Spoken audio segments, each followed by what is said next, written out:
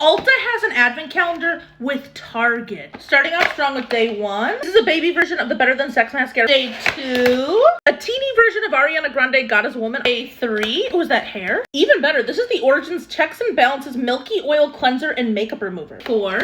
From Dry Bar, this is the Agua Fresca Leave-In Conditioning Milk. Day 5. Full size from the Ulta Beauty brand. This is their Jelly Gloss Lip Gel in Poolside. Day 6 is Way. The Way Body Cleanser in Melrose Place. Day 7.